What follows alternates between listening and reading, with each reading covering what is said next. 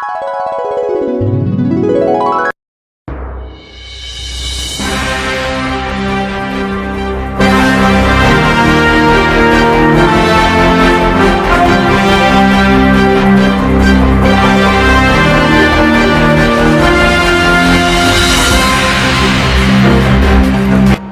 अगर आप मेरे चैनल पर आए हैं तो कृपया चैनल को सब्सक्राइब करने के साथ साथ बेल आइकन पर क्लिक करके ऑल पर क्लिक कर देना जी।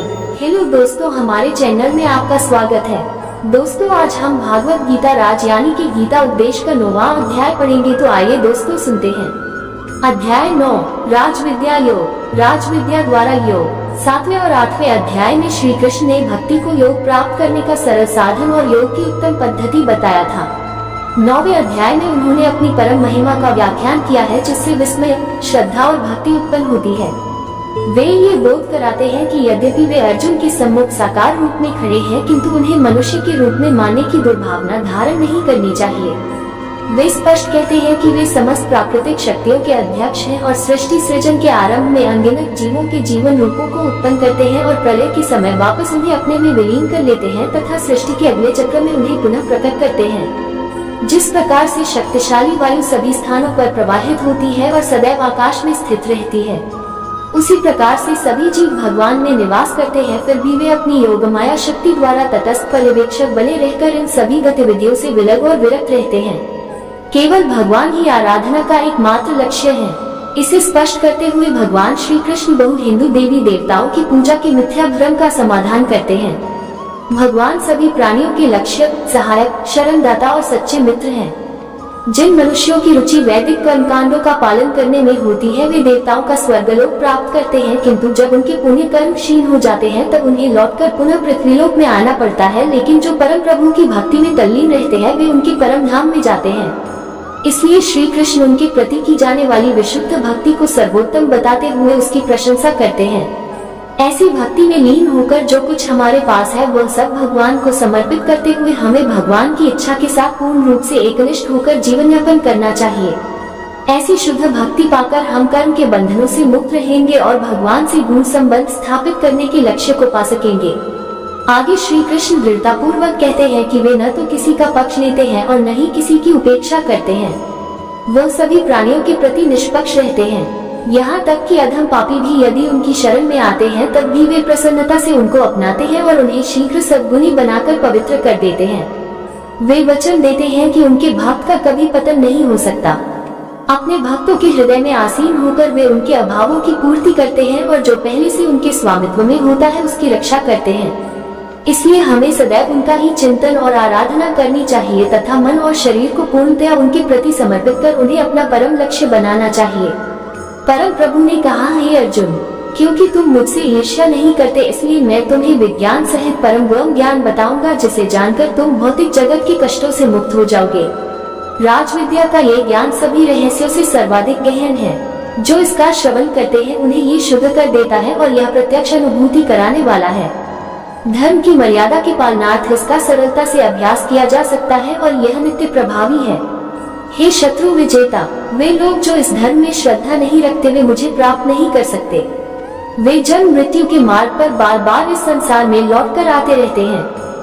राज विद्या योग इस समूचे प्रमाण की अभिव्यक्ति मेरे अव्यक्त रूप में मेरे द्वारा व्याप्त है। सभी जीवित प्राणी मुझ में निवास करते हैं, लेकिन मैं उनमें निवास नहीं करता। मेरी दिव्य शक्तियों के रहस्य को देखो। यद्यपि मैं सभी जीवित प्राणियों का रचयिता और पालक हूँ, तथापि मेरे द्वारा उत्पन्न प्राणी मुझ में स्थित नहीं रहते और मैं उनसे या प्राकृतिक शक्ति से प्रभावित नहीं होता। ये जान लो कि जिस प्रकार प्रबल वायु प्रत्येक स्थान पर प्रवाहित होती है और आकाश में जाकर स्थित हो जाती है, वैसे ही सभी जीव सदैव मुझ में स्थित रहते हैं।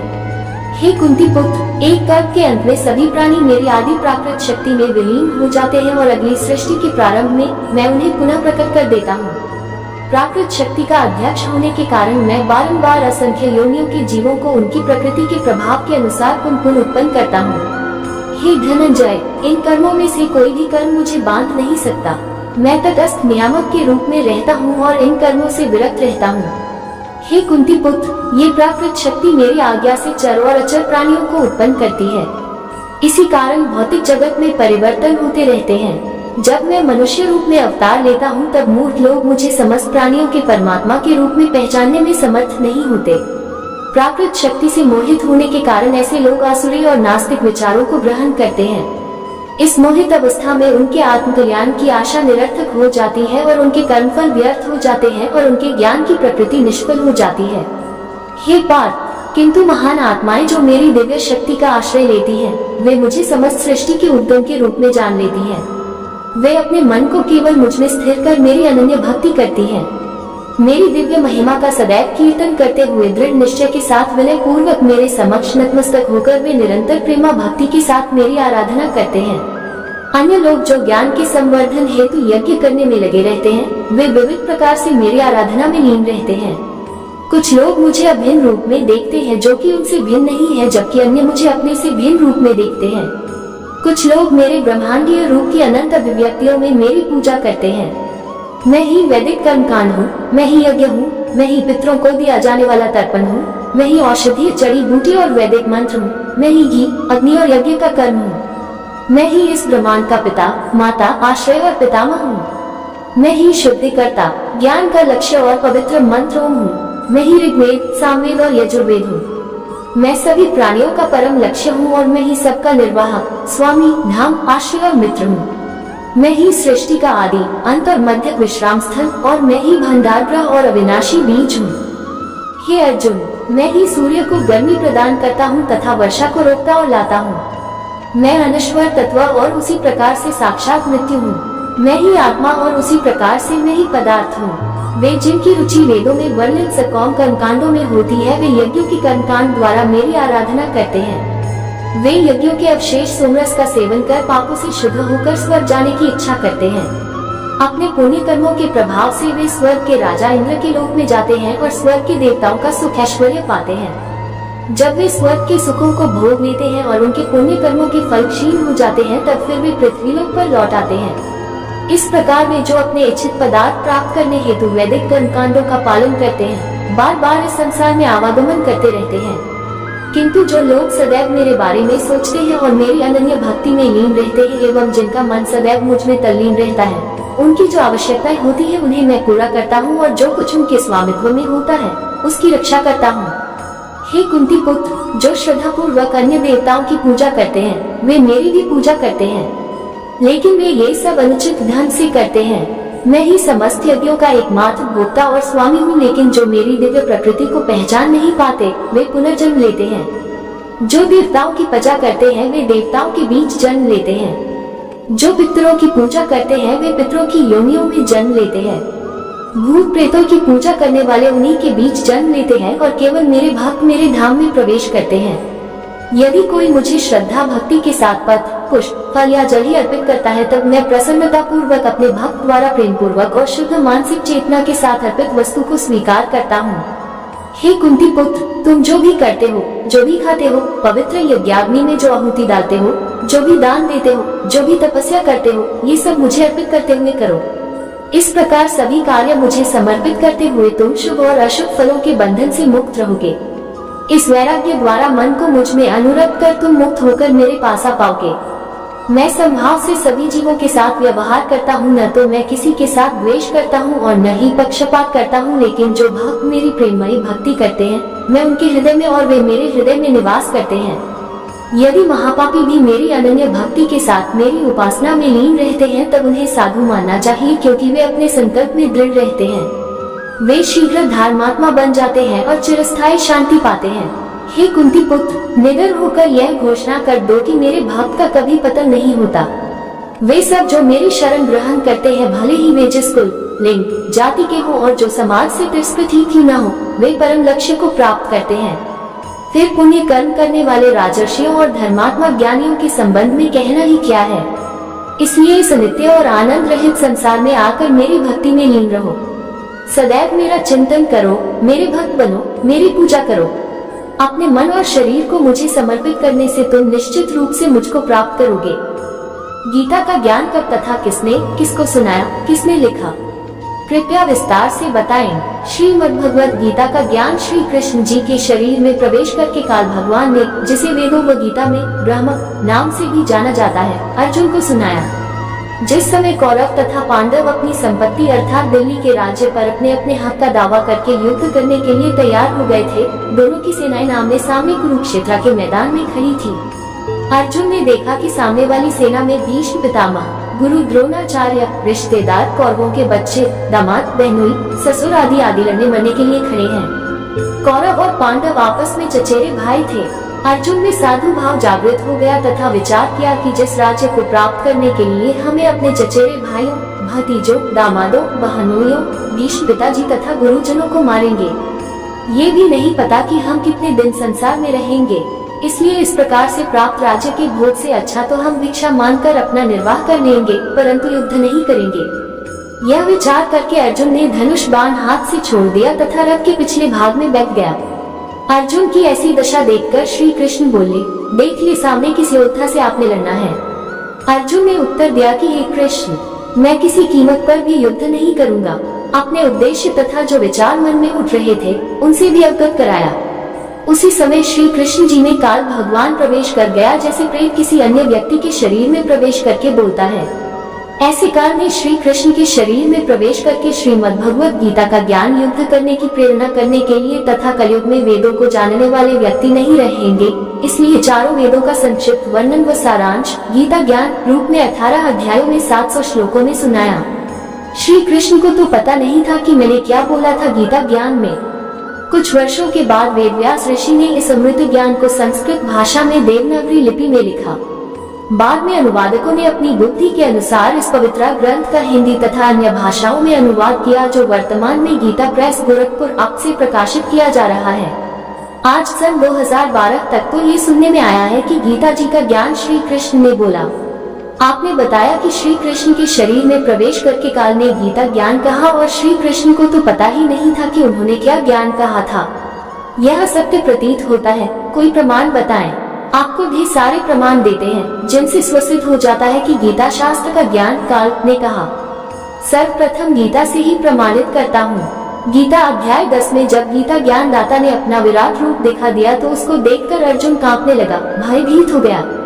यहाँ पर ये बताना भी अनिवार्य है कि अर्जुन का साला श्री कृष्ण था, क्योंकि श्री कृष्ण की बहन सुभद्रा का विवाह अर्जुन से हुआ था। गीता ज्ञान दाता ने जिस समय अपना भयंकर विराट रूप दिखाया जो 1000 भुजाओं वाला था, तब अर्जुन ने पूछा, गीता अध्याय 11 श्लोक 31 की, हे देव आप कौन हैं? हे सहस्त्रबाहु 1000 भुजा वाले, आप अपने चतुर्भुज रूप में दर्शन दीजिए। क्योंकि अर्जुन उन्हें विष्णु अवतार कृष्ण तो मानता ही था, परंतु उस समय श्री कृष्ण के शरीर से बाहर निकलकर काल ने अपना अपार विराट रूप दिखाया था। मैं भयभीत हूँ, आपके इस रूप को सहन नहीं कर पा रहा हूँ। गीता अध्याय 11 श्लोक 46। विचारे पाठक जन, क्या हम अपने साले से पूछेंगे कि हे महानुभव बताए आप कौन हैं? नहीं। एक समय एक व्यक्ति में प्रेत बोलने लगा। साथ बैठे भाई ने पूछा, आप कौन बोल रहे हो? उत्तर मिला कि तेरा मामा बोल रहा हूँ, मैं दुर्घटना में मरा था। क्या हम अपने भाई को नहीं जानते? ठीक इसी प्रकार श्री कृष्ण ने काल बोल रहा था। गीता अध्याय 11 श्लोक 21 में अर्जुन ने कहा कि आप तो देवताओं के समूह को ग्रास खा रहे हैं, जो आपकी स्तुति हाथ जोड़कर भयभीत होकर कर रहे हैं। महर्षियों तथा सिद्धों के समुदाय आपसे अपने जीवन की रक्षार्थ मंगल कामना कर रहे हैं। गीता अध्याय 11 श्लोक 32 में गीता ज्ञान दाता ने बताया कि हे अर्जुन, मैं बड़ा हुआ काल हूँ, अप्रवृत्त हुआ हूँ, अर्थात श्री कृष्ण के शरीर में अप्रवेश हुआ हूँ। सब व्यक्तियों का नाश करूँगा। विपक्ष की सर्व सेना, तू युद्ध नहीं करेगा तो भी नष्ट हो जाएगी। इससे सिद्ध हुआ कि गीता का ज्ञान काल ने कहा है। श्री कृष्ण जी के शरीर में प्रविष्ट होकर श्री कृष्ण जी ने कभी नहीं कहा कि मैं काल हूँ। श्री कृष्ण जी को देखकर कोई भयभीत नहीं होता था। गोप गोपियाँ, ग्वाल बाल, पशु पक्षी सब दर्शन करके आनंदित होते थे। तो क्या श्री कृष्ण जी काल थे? नहीं। इसलिए गीता ज्ञान दाता काल है, जिसने श्री कृष्ण जी के शरीर में प्रवेश करके गीता शास्त्र का ज्ञान दिया। गीता अध्याय 11 श्लोक 47 में गीता ज्ञान दाता ने कहा कि हे अर्जुन, मैंने प्रसन्न होकर अपनी शक्ति से तेरी दिव्य दृष्टि खोलकर यह विराट रूप दिखाया है। यह विराट रूप तेरे अलावा पहले किसी ने नहीं देखा है। विचारणीय विषय। प्रिय पाठकों, महाभारत ग्रंथ में प्रकरण आता है कि जिस समय श्री कृष्ण जी कौरवों की सभा में उपस्थित थे और उनसे कह रहे थे कि आप दोनों कौरव और पांडव आपस में बातचीत करके अपनी संपत्ति राज्य का बंटवारा कर लो, युद्ध करना शोभा नहीं देता। पांडवों ने कहा कि हमें 5-5 गांव दे दो, हम उन्हीं से निर्वाह कर लेंगे। दुर्योधन ने ये भी नहीं मानी और कहा कि पांडवों के लिए सुई की नोक के समान भी राज्य नहीं है, युद्ध करके ले सकते हैं। इस बात से श्री कृष्ण भगवान बहुत क्षुब्ध हो गए तथा दुर्योधन से कहा कि तू पृथ्वी के नाश के लिए जन्मा है, कुल नाश करके टिकेगा। भले मानव, कहाँ आधा राज्य, कहाँ 5 गांव, कुछ तो शर्म कर ले। इतनी बात श्री कृष्ण जी के मुख से सुनकर दुर्योधन राजा आग बबूला हो गया और सभा में उपस्थित अपने भाइयों तथा मंत्रियों से बोला कि इस कृष्ण यादव को गिरफ्तार कर लो। उसी समय श्री कृष्ण जी ने विराट रूप दिखाया। सभा में उपस्थित सर्व सभासद उस विराट रूप को देखकर भयभीत होकर कुर्सियों के नीचे छिप गए, कुछ आंखों पर हाथ रखकर जमीन पर गिर गए। श्री कृष्ण जी सभा छोड़कर चले गए तथा अपना विराट रूप समाप्त कर दिया। अब उस बात पर विचार करते हैं जो गीता अध्याय 11 श्लोक 47 में गीता ज्ञान दाता ने कहा था कि यह मेरा विराट रूप तेरे अतिरिक्त अर्जुन पहले किसी ने नहीं देखा था। यदि श्री कृष्ण गीता ज्ञान बोल रहे होते तो ये कभी नहीं कहते कि मेरा विराट रूप तेरे अतिरिक्त पहले किसी ने नहीं देखा था, क्योंकि श्री कृष्ण जी के विराट रूप को कौरव तथा अन्य सभासद पहले देख चुके थे। इससे सिद्ध हुआ कि श्रीमद् भगवत गीता का ज्ञान श्री कृष्ण ने नहीं कहा, उनके शरीर में प्रेतवत प्रवेश करके कालक्षर पुरुष ने कहा था। ये तीसरा प्रमाण हुआ। प्रमाण नंबर 4 श्री विष्णु पुराण गीता प्रेस गोरखपुर से प्रकाशित के पृष्ठ 233 पर प्रमाण है कि एक समय देवताओं और राक्षसों का युद्ध हुआ। देवता पराजित होकर समुद्र के किनारे जाकर छिप गए। फिर भगवान की तपस्या स्तुति करने लगे। काल का विधान है, अर्थात काल ने प्रतिज्ञा कर रखी है कि मैं अपने वास्तविक काल रूप में कभी किसी को दर्शन नहीं दूंगा, अपनी योग माया से छिपा रहूंगा। प्रमाण गीता अध्याय 7 श्लोक 24-25 में, इसलिए ही काल क्षर पुरुष किसी को विष्णु जी के रूप में दर्शन देता है, किसी को शंकर जी के रूप में, किसी को ब्रह्मा जी के रूप में दर्शन देता है। देवताओं को श्री विष्णु जी के रूप में दर्शन देकर कहा कि मैंने जो आपकी समस्या है वह जान ली है, आप पुरंजय राजा को युद्ध के लिए तैयार कर लो। मैं उस राजा श्रेष्ठ के शरीर में प्रविष्ट होकर राक्षसों का नाश कर दूंगा। ऐसा ही किया गया। अधिक ज्ञान के लिए आप जी विष्णु पुराण पढ़ सकते हैं। श्री विष्णु पुराण के पृष्ठ 243 पर प्रमाण है कि एक समय नागवंशियों तथा गंधर्वों का युद्ध हुआ। गंधर्वों ने नागों के सर्व बहुमूल्य हीरे, लाल व खजाने लूट लिए, उनके राज्य पर भी कब्जा कर लिया। नागाओं ने भगवान की स्तुति की। वही काल भगवान विष्णु रूप धारण करके प्रकट हुआ। कहा कि आप पुरुकुत्स राजा को गंधर्वों के साथ युद्ध के लिए तैयार कर लें। मैं राजा पुरुकुत्स के शरीर में प्रवेश करके दुष्ट गंधर्वों का नाश कर दूंगा। ऐसा ही हुआ। उपरोक्त विष्णु पुराण की दोनों कथाओं से स्पष्ट हुआ, प्रमाणित हुआ कि यह काल भगवान अक्षर पुरुष इस प्रकार अव्यक्त गुप्त रहकर कार्य करता है। इसी प्रकार इसने श्री कृष्ण जी में प्रवेश करके गीता का ज्ञान कहा है। महाभारत ग्रंथ में गीता प्रेस गोरखपुर नंद से प्रकाशित में भाग 2 पृष्ठ 667 पर लिखा है कि महाभारत के युद्ध के पश्चात राजा युधिष्ठिर को राजगद्दी पर बैठाकर श्री कृष्ण जी ने द्वारिका जाने की तैयारी की। तब अर्जुन ने श्री कृष्ण जी से कहा कि आप वह गीता वाला ज्ञान फिर से सुनाओ, मैं उस ज्ञान को भूल गया हूँ। श्री कृष्ण जी ने कहा कि हे अर्जुन, आप बड़े बुद्धिहीन हो, बड़े श्रद्धाहीन हो, आपने उस अनमोल ज्ञान को क्यों भुला दिया। अब मैं उस ज्ञान को नहीं सुना सकता, क्योंकि मैंने उस समय योगयुक्त होकर गीता का ज्ञान सुनाया था। विचार करें, युद्ध के समय योगयुक्त हुआ जा सकता है तो शांत वातावरण में योगयुक्त होने में क्या समस्या हो सकती है। वास्तव में ये ज्ञान काल ने श्री कृष्ण में प्रवेश करके बोला था। श्री कृष्ण जी को स्वयं तो वह गीता ज्ञान याद नहीं। यदि वे वक्ता थे तो वक्ता को तो सर्व ज्ञान याद होना चाहिए। श्रोता को तो प्रथम बार में 40% ज्ञान याद रहता है। इससे सिद्ध है कि गीता का ज्ञान श्री कृष्ण जी में प्रवेश होकर कालक्षर पुरुष ने बोला था। उपरोक्त प्रमाणों से स्पष्ट हुआ कि श्रीमद् भगवत गीता का ज्ञान श्री कृष्ण ने नहीं कहा।